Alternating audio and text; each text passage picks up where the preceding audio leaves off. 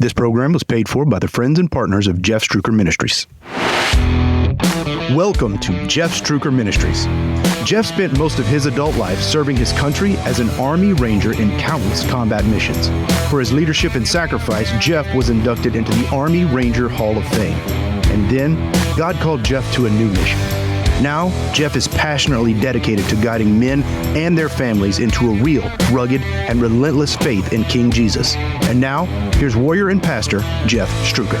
Preach in 3, 2, 1. Today as a church, we're going to deal with one of the most painful, perhaps one of the most difficult things a Christian will ever have to experience in your faith journey. This is the time where you're praying your guts out and nothing's happening. When you're giving your faith everything that you've got and God appears to be silent. And it's in moments like that that it's really, really hard to hang on to hope. And I just want to remind you something before we even get into the scriptures today. When you're praying and it sounds like God isn't even listening, God doesn't even care about your prayers. When it feels like God has forgotten you, please remember this, church. Forgotten does not mean forsaken. And just because it doesn't feel like anything is changing, just because it doesn't seem like God even listens, doesn't mean that he is not working behind the scenes. In fact, what we're going to see in the Bible is God is working all along. Joseph just doesn't notice it. And I want to ask you, how do you respond when life hurts and you're praying hard and nothing's changing? Because it's moments like that where you're powerfully tempted to take matters into your own hands. It's moments like that when you're tempted to lose your faith or to lose hope. In this chapter today, it's all about Joseph and two other prisoners. But what I want to do is take our attention off of Joseph, if possible, today. Instead of focusing on these two other prisoners, what I want to do is view what we're reading from the Bible from God's point of view, if we can today. And here's what I want you to hear before we even get into Genesis chapter 40. God is always faithful. If you agree with that, would you say amen? What I'm trying to say here is even when life gets painful, that doesn't mean that God the Father is not working behind the scenes. Sometimes it feels like he's not listening to your prayers. Other times it feels like he's gone AWOL and he doesn't even know about your circumstances. But even when it feels like God doesn't care, even when it feels like God doesn't know, that doesn't mean that he's not working. Okay, so let's look at what happens in Joseph's life while he's in the pit of pits. He's literally in a dungeon as a slave in prison when we get to Genesis chapter 40, verse 1. And here's what the Bible says. After this, the king of Egypt's cupbearer and baker offended their master. Now that word offended means they did something wrong. We don't really know exactly what they did wrong, but they sinned. Some scholars believe that they stole something from Pharaoh. Other scholars believe that they tried to undermine Pharaoh, maybe even attempted to overthrow Pharaoh. And these two guys are thrown in prison for it. The king of Egypt's cupbearer and baker offended their master, the king of Egypt. Pharaoh was angry with his two officers, the chief cupbearer and the chief baker, and he put them in custody in the house of the captain of the guard in the prison where Joseph was confined. The captain of the guards assigned Joseph to them as their personal attendant. Pause for just a second. Pop quiz. If you were with us last week and the week before, who is the captain of Pharaoh's guard? Anybody know what his first name is? Potiphar. Joseph is in Potiphar's prison, and Potiphar is in charge of the prison. Probably not the prison warden, but one of Potiphar's responsibilities is to run this prison. Potiphar knows Joseph has got a whole lot going for him, so Potiphar somehow decides to put Joseph in charge of these two very influential prisoners. The captain of the guards assigned Joseph to them as their personal attendant, and they were in custody for some time. The king of Egypt's cupbearer and baker, who were confined to the prison, each had a dream.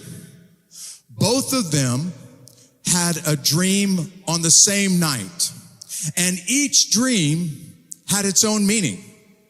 When Joseph came to them in the morning, he saw that they looked distraught. So he asked Pharaoh's officers who were in custody with him in his master's house, "Why do you look sad today?" And the fact that Joseph notices that there's something wrong with these two, the fact that Joseph notices that they're sad ought to get your attention. Let me remind you, Joseph is innocent. He shouldn't even be in Egypt. He definitely shouldn't be in slavery, and he did nothing wrong when he was falsely accused of molesting Potiphar's wife, and now he is in the pit of pits. And before we go any further, I want to remind you, it could be worse, because Joseph could be dead. In fact, if you want to stop for just a second and just look at the circumstances that we're reading, you can see God's hand all over this. Why are there two prisoners that get arrested at the same time on the same day? Because God is working behind the scenes, because he's always faithful. Why do these two prisoners end up in the same prison where Joseph is? And the correct answer is because God is always faithful. Why do these two prisoners have the same dream on the same night? Because God is always faithful. And why does Joseph even notice there's something wrong with these two guys tomorrow morning? Because God is at work, and he's always faithful. And even Joseph can see that God is at work here. All at once, in the next couple of chapters in Genesis, Joseph's life is going to radically, totally shift overnight. But right now, he's praying, he's waiting, and nothing's happening. At least not from Joseph's perspective. You see, God is working. He is working in really powerful ways. And in one moment, in 5 minutes, Joseph will go from zero to hero. But that's because God has been orchestrating events behind the scenes, like we're reading in Genesis chapter 40. And these two guys are guilty, and Joseph is innocent. The Bible doesn't tell us what went wrong, but it does tell us that Joseph is holding on to hope, when you and I would probably just throw our hands up and say, why even bother? I spent a year in my Army career in a very difficult, very painful assignment. And for an entire year, every single morning on the way to work, I was pouring my guts out in prayer, asking God to make the pain stop. And what I kept hearing from him over and over again was, no, sit and wait in the pain, Jeff. In fact, I heard the Holy Spirit very clearly tell me, although there are ways out of the pain, I want you to stay right where you're at. And I had no idea when it was going to end. And then a year later, I make one phone call, one 45-minute phone call. And at the end of that phone call, the impossible happens and everything changes overnight. As soon as I hang the phone up, it's all different.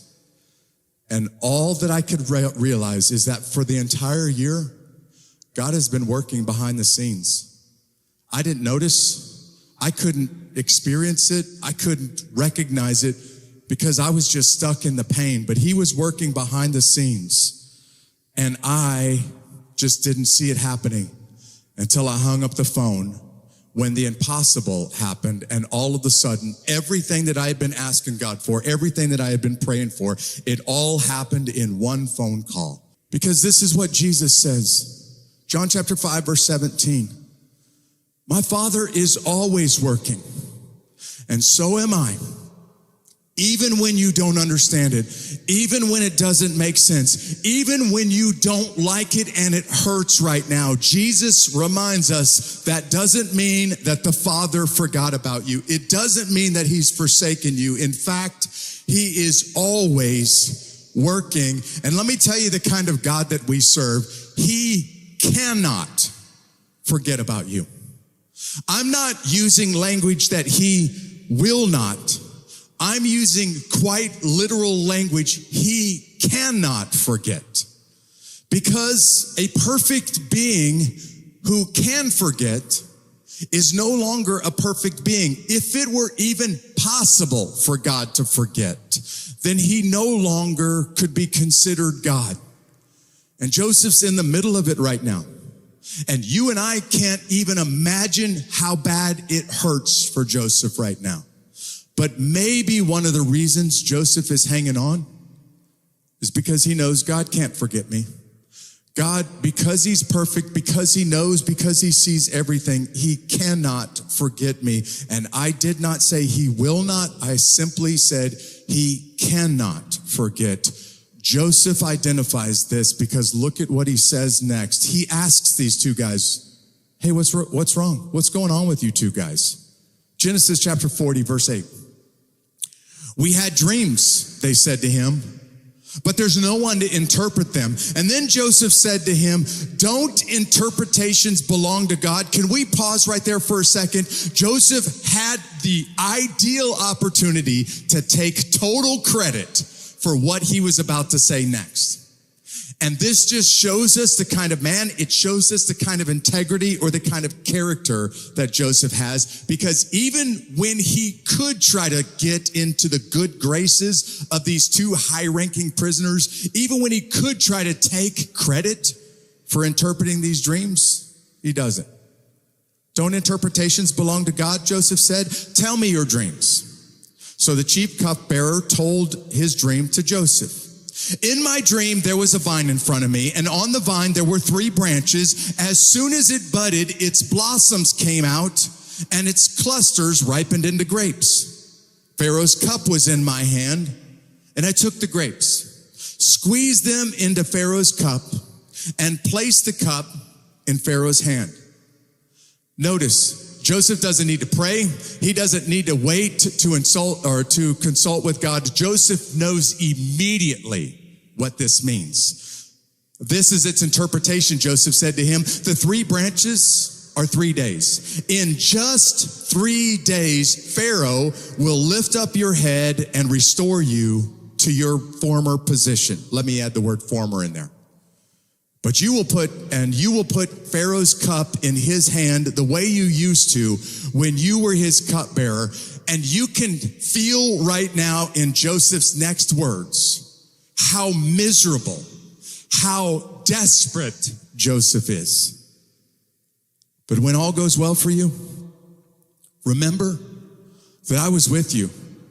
Please show kindness to me by mentioning me to Pharaoh and get me out of this prison, for I was kidnapped in the land of the Hebrews, and even here I've done nothing that they should put me in the dungeon. Joseph is in pain and he is miserable and he wants the pain to stop. But I cannot miss the fact that even in the midst of this pain and his struggles, Joseph is focused on others more than himself. I wonder if I would recognize other people's pain as quickly as Joseph did, or if I would just be so focused on myself and my own selfish circumstances that I wouldn't even think about these other two. You see, something's so wrong with these two guys that Joseph notices it right away. And Joseph recognizes God is working, and he gave these two guys dreams. And I want you to check this out, church. Joseph desperately wants to get out of prison. In fact, I'm convinced Joseph he would have gotten out of prison if he would have taken credit for interpreting these dreams. Joseph made it possible for these guys to forget about him because Joseph didn't take any credit for what he said next. He gives all of the credit where it properly belongs. He gives the credit to God where the credit belongs. And Joseph says this, listen, these 3 branches are really 3 days. In 3 days, you're going to go right back to your former job. You're going to be right next to Pharaoh. You're going to have Pharaoh's ear. And when you have Pharaoh's ear, will you please remind him there's an innocent guy in the dungeon. And by the way, not only an innocent guy, but I shouldn't even be in Egypt in the first place. My 11 moron brothers tried to kill me, and the only reason that I'm here is God spared my life. by sending me into slavery. He's going to lift up your head. This is the language that Joseph uses. In ancient language, this means Pharaoh is going to hold trial, and he's going to judge and decide what he wants to do with you by lifting up your head. If he decides that you're innocent, he's going to restore you. If he decides you're guilty, he's going to destroy you. But in either case, Joseph is reminding him, in 3 days, you're going to stand trial. And after that trial, you're going to be right back to the former job. I want to challenge you, especially for the people in this room. You know, and I know you're hurting right now. I want to challenge you to push back darkness and to live like Joseph. You see, Joseph is not only focused on his own pain. Obviously, this hurts, and Joseph wants out of prison. Joseph is focused on others, and maybe more focused on the other two than on himself right now. There are 2 reasons when it hurts really bad, why you need to look out at other people instead of looking in. Are you ready for this, church? The first reason is when you start to look out at what other people are going through, even when your life is really miserable, even when it hurts really bad right now, you start to notice, you know what? There are some people around me who actually have it worse than me. And wow, I feel terrible, but I'm glad I'm not going through what they're going through right now because they've got it worse. That's the first reason, and that's a really important reason. But the second reason is this: when you look out, when you reach out, when you do good for other people, even in the midst of your own problems and your own pain, you feel good doing good for other people. You can actually start to feel a little bit better in the midst of your problems, in the midst of your pain. And church, this is not an option. Because Jesus reminds us, Matthew chapter 25, when I was hurting, when I was sick, when I was in prison, when I was hungry, when I was thirsty, you ministered to me. And his disciples said, we didn't see you sick, in prison, hungry, thirsty. He said, oh no. Whenever you did this for the other people, the least of people, the people in your neighborhood, when you did it for the least of these people, you were actually doing it for me. This is the ultimate example of what that looks like. While Jesus is hanging on the cross, and while he is experiencing suffering like no one on earth will ever understand, the weight of human sin hanging on his shoulders, physically and spiritually abused, Jesus focuses on his mother. And he talks to John and says, John, take care of her when I'm gone. Jesus focuses on his enemies. And he makes the famous statement, Father, forgive them, because what? While he's hanging on the cross, he's thinking about other people, not just about himself. And if Joseph does that, if Jesus does that, then maybe you and I should be a little bit more focused on other people and a little bit less focused on ourselves. I realize it's miserable. I realize it hurts. But just noticing that somebody has it worse than you can actually make that pain a little bit more bearable. Just stepping in and ministering to somebody and offering them a cup of cold water when they're thirsty can make you feel a little bit better by doing good for somebody else who's really hurting. And who knows, maybe God will send somebody your way that will do the same thing for you because you're hurting. You see, God cannot forgive you or forget you. He would cease to be God. He would cease to be perfect if it were possible for him to forget. But God will not forsake you. Now, I wish I could say that he cannot. Now I'm talking to all of those people that have been called out of their sin and into this covenant relationship with God. He has every right to forsake you. You see, this covenant that God makes with man is like this. If you do right to me, I will do right to you. If you are faithful to me, I will be faithful to you. But if you break your end of the bargain, if you sin, then I have nothing obligating me to keep my end of the deal, to keep my end of the bargain. And you and I should go to bed tonight thanking God that he will not forsake you, forsake me, even when I've done him wrong, even when I've deliberately disobeyed him, even when I've sinned and I deserve for him to forsake me. Even then, he promises that he'll remain faithful in his everlasting love, his eternal love, his loving kindness. Listen to the dream of the chief baker. And this is the ultimate psych right here. Genesis chapter 40, verse 16. When the chief baker saw the interpretation was positive, he said to Joseph, I also had a dream. Basically, he's like, hey, that went pretty good for the other guy. I had a dream. Very similar dream, 3 days, 3 baskets, 3 things in my dream. Maybe I'll get a good answer to the dream, right? I also had a dream. 3 baskets of white bread were on my head. I don't know why it's white bread. I like wheat. Maybe if it was wheat, this would turn out different. In the top basket were all sorts of baked goods for Pharaoh.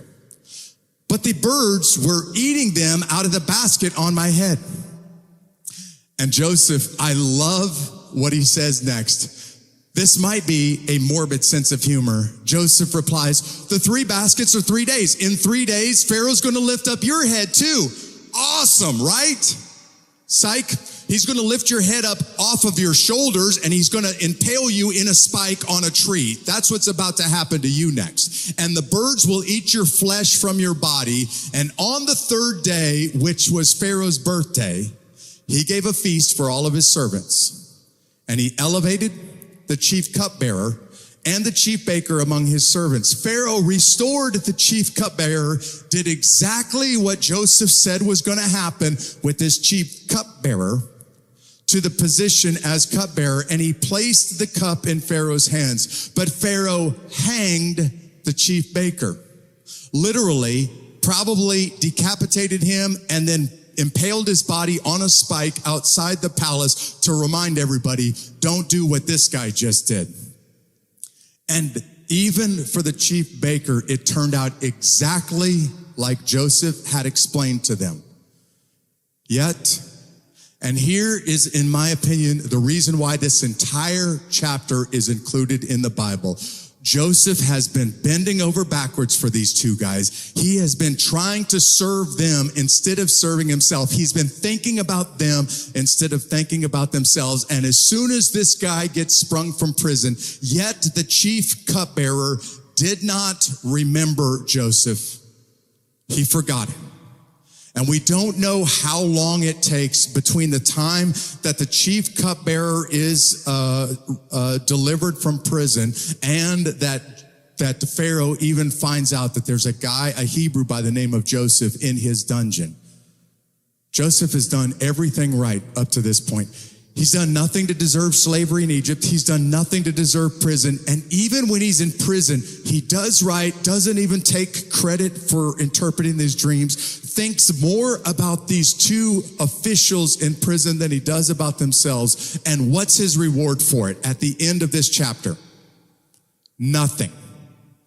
Up to this point, it appears I am doing everything right, and God doesn't know.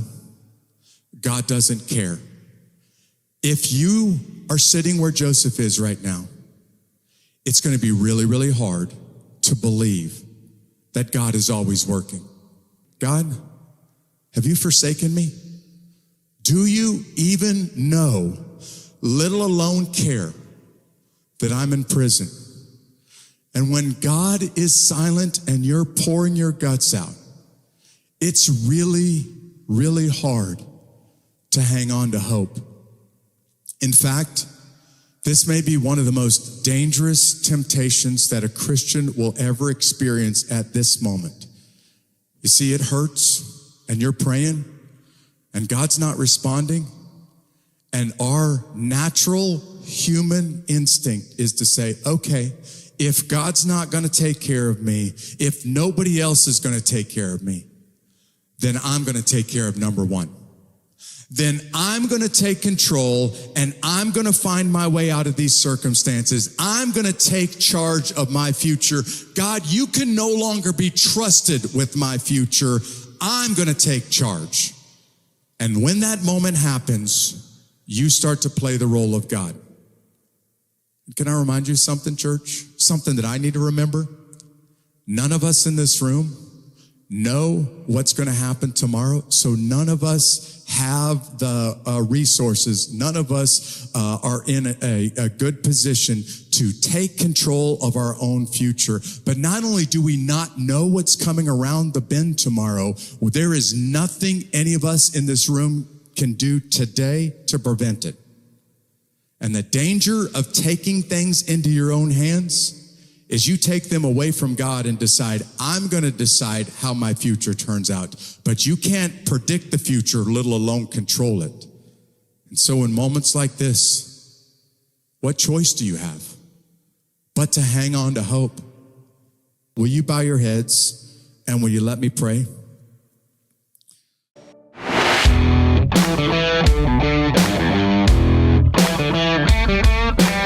Thank you for watching today's broadcast from Jeff Struecker.